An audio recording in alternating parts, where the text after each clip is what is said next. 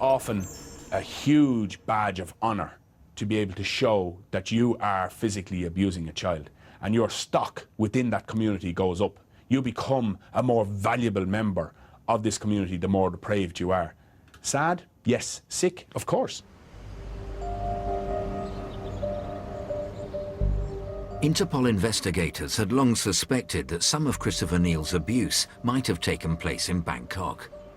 His arrival in Thailand gave the Thai police an added reason to study the internet photographs more closely.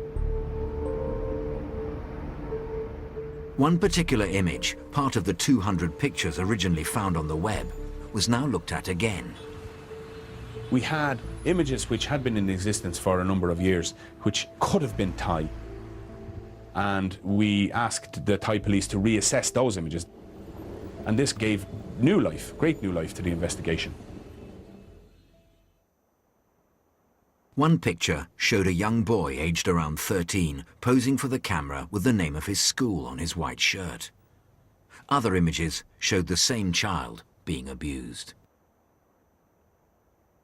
One of the detectives went to the school showing the picture of the boy to some of the teachers. Now, the teachers recognized the boy, that he'd come through the school many, many years back. And so the full horror began to emerge. The abuse of young boys in Christopher Neil's apartment in Bangkok, when he'd lived in the country in 2003.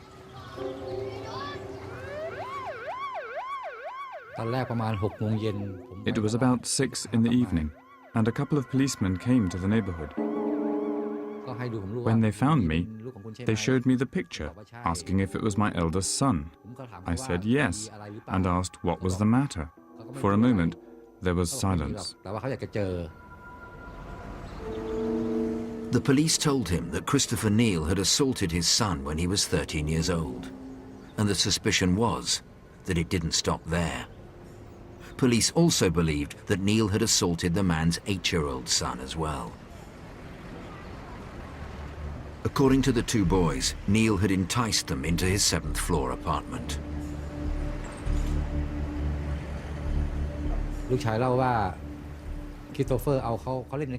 In their testimony, this is what my sons said happened.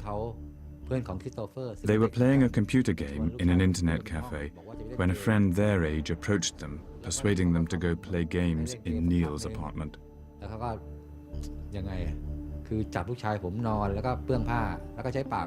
Neil let the boys play games for a while before he had them lie on the bed. He then assaulted them. He then took pictures of them when they were naked. My younger son was only 8 years old when this happened. Neil was a tourist. He could have found some place to pay for what he was after. Most of all, as a teacher, he was in a position of trust.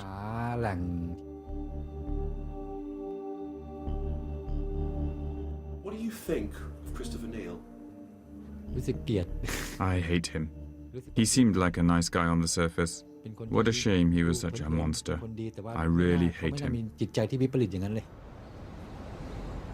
Until now, the Thai police had been acting merely as agents for Interpol. But now they had evidence that Neil had committed offences in Thailand. They could prosecute him.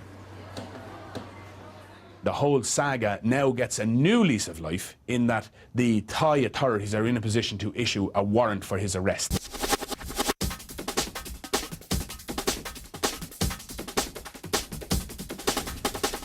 And then came the crucial breakthrough. Using modern methods of surveillance, the police had been tracking Om, Neil's lover, ever since the pair had left Pattaya, where Om had written his personal details in the hotel register. We got his telephone number, the mobile telephone number, which we monitor his movement through the telephone. And we knew where Om was moving, so we follow him. From Pattaya, using satellite technology, police tracked Om nearly 200 miles north to Karat, his hometown. On October the 18th, 1 week after Neil's arrival in Thailand after fleeing South Korea, the tourist police in Korat were told that the world's most wanted paedophile was somewhere in their town. They started to blitz the local area with pictures of Christopher Neil. It was reported that he and Ohm had been collected from the bus station by a woman in a green pickup truck. Police quickly traced the driver. It was Ohm's cousin. At first, she said to my officers that Neil and Ohm had come to her, but they'd now left. We doubted the truth of what she told us. But later, at her home, the officers persuaded her to tell what had really happened, after pointing out that she could be charged as an accomplice. She eventually conceded that Neil and Ohm had come seeking her help. She said she'd found them a house to hide in, and eventually she agreed to show us the place. Next morning, Friday, October the 19th, police drove to a small village just outside Korat. The global search for Mr Swirl was about to end. One of my friends often mocks me by calling me manhunter, you know, and as every hunter will tell you, when your prey is in the bag, it's a good feeling.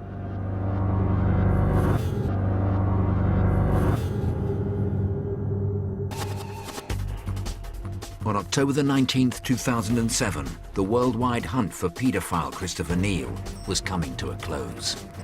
Police had found him by tracking the mobile phone belonging to his lover, who joined him on the run. The satellite surveillance had led them to a small village, 150 miles from the Thai capital, Bangkok.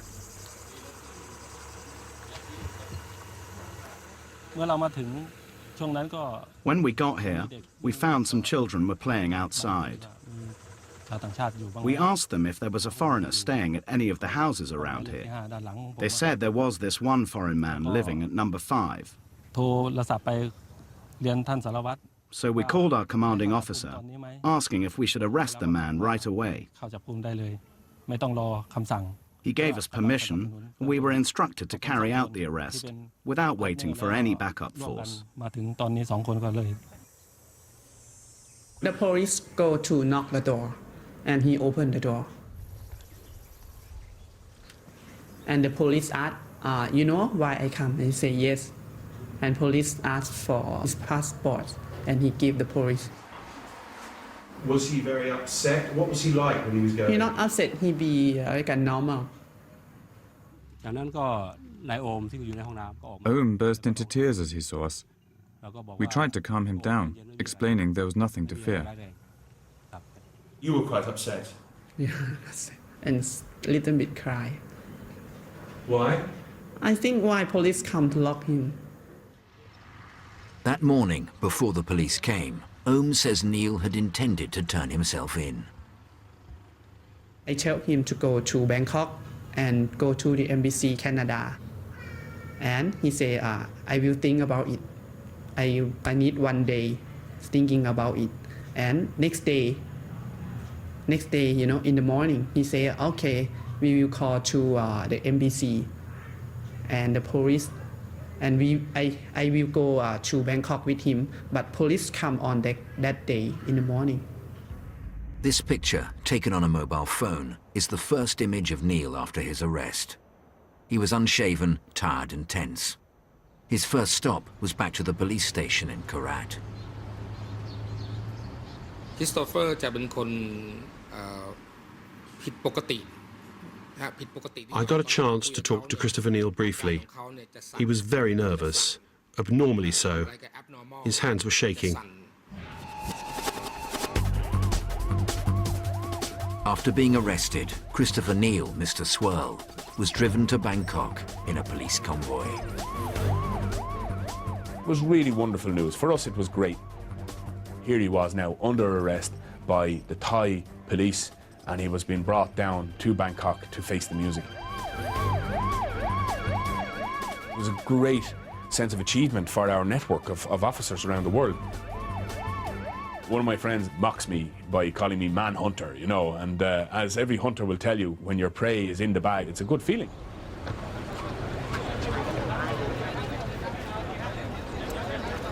The Thai police had their man. And with the world's media watching, they were going to make sure that everyone knew.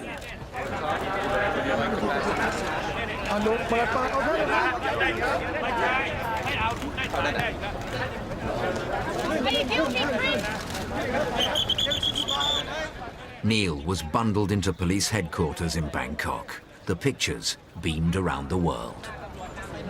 ผู้ต้องหายังปฏิเสธนะคะรับแต่เพียงว่าเป็นบุคคลตามหมายจับจริงเท่านั้น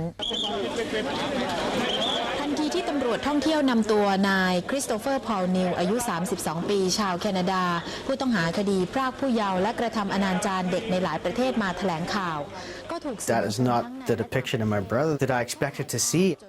I mean, sure, he's been, I guess, on the run, for a few days, but still don't expect the glasses, and he looked almost sinister. Kind of didn't look like my brother. I knew how people must be looking at